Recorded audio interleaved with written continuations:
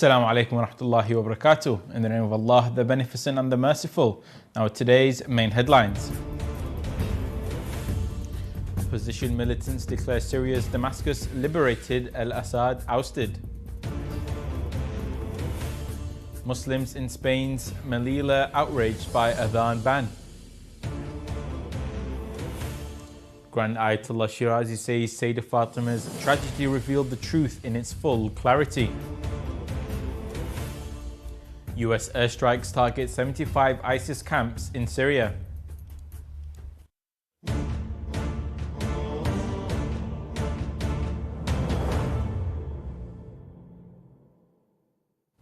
Assalamu alaikum dear viewers, this is Hussein Jawad and you're watching Shia Waves live from Imam Hussein TV 3 in London. Opposition forces in Syria have declared the capital Damascus liberated from President Bashar al-Assad's regime after a rapid military advance. More details in the following report. Opposition fighters in Syria announced on Sunday, December the 8th, the end of Bashar al-Assad's 24-year rule, claiming victory in Damascus following a swift offensive that began on November the 27th. During a live broadcast on Syrian national television, a leader from the opposition stated, "The tyrant al-Assad has been toppled," and confirmed the release of prisoners from a major facility in the capital. The ousted former Syrian President Bashar al-Assad and his family arrived in Moscow on Sunday, where Russia has granted them asylum. In a video statement, Syrian Prime Minister Mohammed Ghazi al-Jalali asserted that the government was open to collaborating with the opposition and transitioning to a new governing body. He emphasised his commitment to remaining in the country and urged citizens to respect public property. Celebrations erupted in Damascus, with residents chanting "Freedom, freedom" as opposition fighters entered the city. Video circulating showed that the removal of al-Assad's images and jubilant crowds in various locations, including Latakia and along the Lebanese border. Hadi al-Bahra, head of the Syrian political opposition coalition, proclaimed Damascus free of al-Assad, congratulating the Syrian populace. The armed opposition also reported advances in the western Deir ez-Zor countryside. Observers noted that the collapse of the Assad regime could significantly impact the Middle East, underscoring the historical significance of this moment. Experts suggest that the regime's downfall was inevitable due to its weakened military and lack of popular support, exacerbated by economic hardships and international sanctions. As the situation unfolds, many Syrian refugees express hope of returning home, eager to reunite with families separated by years of conflict. Meanwhile, the opposition Syrian National Army liberated the district of Manbij from the US-backed PKK-YPG terrorist group as part of the Operation Dawn of Freedom. The SNA's success is seen as a significant step towards restoring sovereignty in Syria, with calls for continued liberation efforts from the Syrian interim government. It should be mentioned that local sources have confirmed that the holy shrine of Sayyidah Zainab and Sayyidah Ruqayya, peace be upon them both, is completely secure for the pilgrims despite the fast unfolding military developments in the region, and promises have been made to allow safe pilgrimage for all devotees of the honourable daughter of Amir al-Mu'mineen and Abu Abdullah al-Hussein, peace be upon them. This is Ayub Fatimah reporting for Shia Waves. Thank you for that report, Ayub Fatimah. The Muslim community in the Spanish city of Melilla has expressed strong anger following a decision by the Ministry of Environment to ban the use of loudspeakers in mosques between 9 p.m. and 9 a.m.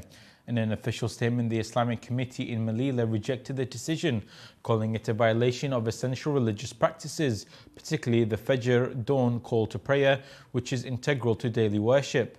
The committee asserted that the measure infringes on the Muslims' right to freely practice their religion, pointing out that it was not consulted or involved in any agreement with the Ministry of Environment regarding these restrictions.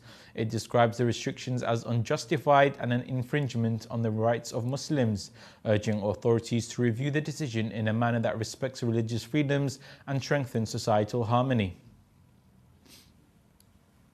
The Supreme Religious Authority, Grand Ayatollah Sayyid Sadiq al-Hussein Shirazi, described the tragedy of Sayyidah Fatimah al-Zahra, peace be upon her, as the greatest calamity in Islamic history, due to its role in exposing the truth with unparalleled clarity. The Grand Manager highlighted that the Holy Prophet entrusted Sayyidah Fatimah al-Zahra, peace be upon her, with profound secrets during his final days, affirming her unique position among Muslim women. He referenced her unparalleled ordeal during and after the Saqifa meeting, emphasizing her efforts to defend the truth despite betrayal and challenges. His Eminence described Sayyidah Fatimah al-Zahra as a supreme model of faith, piety and the embodiment of Islam's true teachings. Her legacy, the esteemed Marja stressed, is not only a symbol of patience and resilience, but also a beacon for defending Islamic principles and values in the face of adversity. Grand Marja Shirazi urged Muslims to deepen their awareness of Sayyidah Fatimah al-Zahra's stance and teachings, noting that commemorating her life strengthens their connection to the roots of their faith and highlights the essential role of women in upholding Islamic values and shaping society. Let's take a look back at today's main headlines. Opposition militants declare Syria's Damascus liberated, al-Assad ousted. Muslims in Spain, Melilla, outraged by Adhan ban. Grand Ayatollah Shirazi says Sayyidah Fatimah al-Zahra's tragedy revealed the truth in its full clarity. Also, tonight, 31 methods of torture documented, Taliban prisons. On Sunday, the United States military conducted airstrikes against 75 ISIS camps in Syria, aiming to prevent the group from exploiting recent turmoil in the region. The operation, coordinated by the Central Command, is part of the ongoing mission to disrupt and degrade the Sunni extremist group's capabilities. The strike comes amid recent developments in Syria, where a coalition of militants led by Hayat Tahrir al-Sham toppled the regime after capturing the capital, Damascus. The chaos has allowed ISIS to increase its activities, including hit-and-run attacks against the US-backed Syrian Democratic Forces.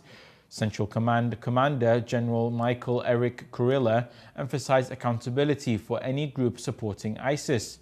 The SDF has also reported taking significant measures to counter potential ISIS attacks in eastern Syria, highlighting the ongoing volatility in the region.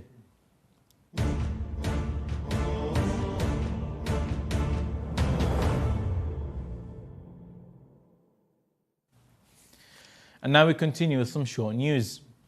The Free Muslim Association, an international anti-violence organization, has expressed deep concern of the ongoing political security developments in Syria, warning of the negative repercussions of a political system collapse on Syrian society.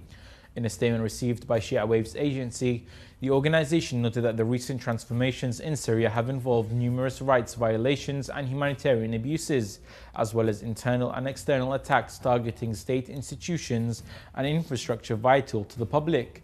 Free Muslim emphasized the international community's significant responsibility to assist the Syrian people, calling for urgent efforts to ensure civil peace, security and humanitarian aid, urging support for Syrian political parties to help organize state affairs and promote democracy, pluralism and public and private freedoms. The organization encouraged Syrian social groups to adopt dialogue and collective action to meet the people's demands for a dignified life, while stressing the importance of respecting religious, sectarian and cultural diversity, highlighting the need to uphold human rights as outlined in both secular laws and divine teachings. An uptick in seismic activity beneath Mount Spur, located 129 kilometers northwest of Anchorage, Alaska, has geologists on alert. This year, approximately 1,500 small earthquakes have been recorded, compared to the typical 100 annually. The Alaska Volcano Observatory raised the volcano's alert status from green to yellow in October due to pronounced seismic activity and ground deformation detected via satellite. Mount Spur last erupted in 1992, producing an ash cloud that reached nearly 19 kilometers, disrupting air travel and prompting public health measures. While the current seismic activity is notable, observatory scientist David Fee cautioned that it does not necessarily indicate an imminent eruption. For the first time in India, the Ministry of Minority Affairs has received a formal request to incorporate Shia jurisprudence into Islamic studies as the government-run Jamia Millia Islamia University. The proposal, submitted by Sajjad Hussain Kargili, a political activist and representative of the 12 Shia Scholars Association in Kargil, also recommends establishing a residential training institute in Ladakh to prepare Shia students for national competitive exams and fostering cultural heritage. The memo further suggests a fellowship program under the ministry's supervision and financial and logistical support for Ladakh students pursuing higher education abroad. The Women's Rights Network held an overnight vigil at the University of Oxford on Saturday to raise awareness about the dire situation facing women and girls in Afghanistan. This event was organised amid escalating concerns regarding the ongoing violations of women's rights in the country, where many have been deprived of education, employment, essential freedoms. The vigil aimed to highlight the challenges Afghan women encounter, particularly the recent suspension of educational programs in fields like midwifery and nursing. The WRN announced the event on social media, emphasizing its goal to amplify the voices of Afghan women on the global stage.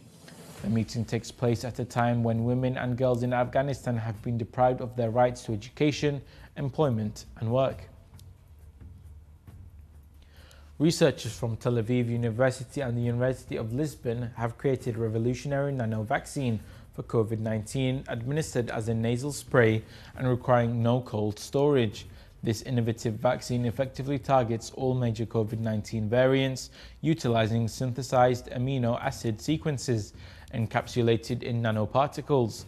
The developing researchers designed this 200 nanometer particle, which trains the immune system similarly to existing vaccines.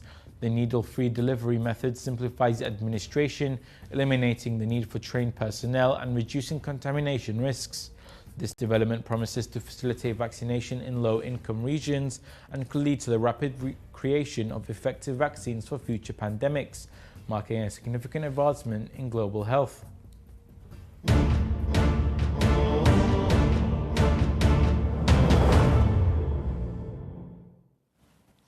Research by Afghanistan International reveals that detainees in Taliban intelligence agency prisons endure 31 distinct forms of torture, the newspaper website reported in an article. This study, based on interviews with 38 former detainees, highlights the severe mistreatment faced by individuals accused of various offences, including rebellion against the regime and connections to foreign media. A total of 121 petitions have been submitted to the Taliban's Administrative Office of Appeals by individuals alleging torture during their detention. The detainees, consisting of 29 men and 9 women, reported experiences of physical and psychological abuse over periods ranging from 1 month to 26 months. Among the torture methods documented are electric shocks, beatings, submersion in cold water and sleep deprivation. Notably, 5 detainees required hospitalization due to severe injuries. The findings underscore the urgent need for international attention to human rights violations in Afghanistan, as many detainees were held without evidence of criminal activity and faced brutal treatment during their captivity. We have reached the end of today's Shia Waves news. Let's remind our dear viewers of today's main headlines. Opposition militants declare Syria's Damascus liberated, al-Assad ousted. Muslims in Spain's Melilla outraged by Adhan ban. Grand Ayatollah Shirazi says Sayyidah Fatimah's tragedy revealed the truth in its full clarity. US airstrikes target 75 ISIS camps in Syria. Taliban prisons, 31 methods of torture documented. You can view the latest news on our Shia Waves website and interesting news of your city or country to be published on news agency. Contact the numbers at the bottom of the screen. Thank you all for watching. We pray to Allah Almighty to hasten the appearance of the Master of our time. Wassalamu alaikum wa rahmatullahi wa barakatuh.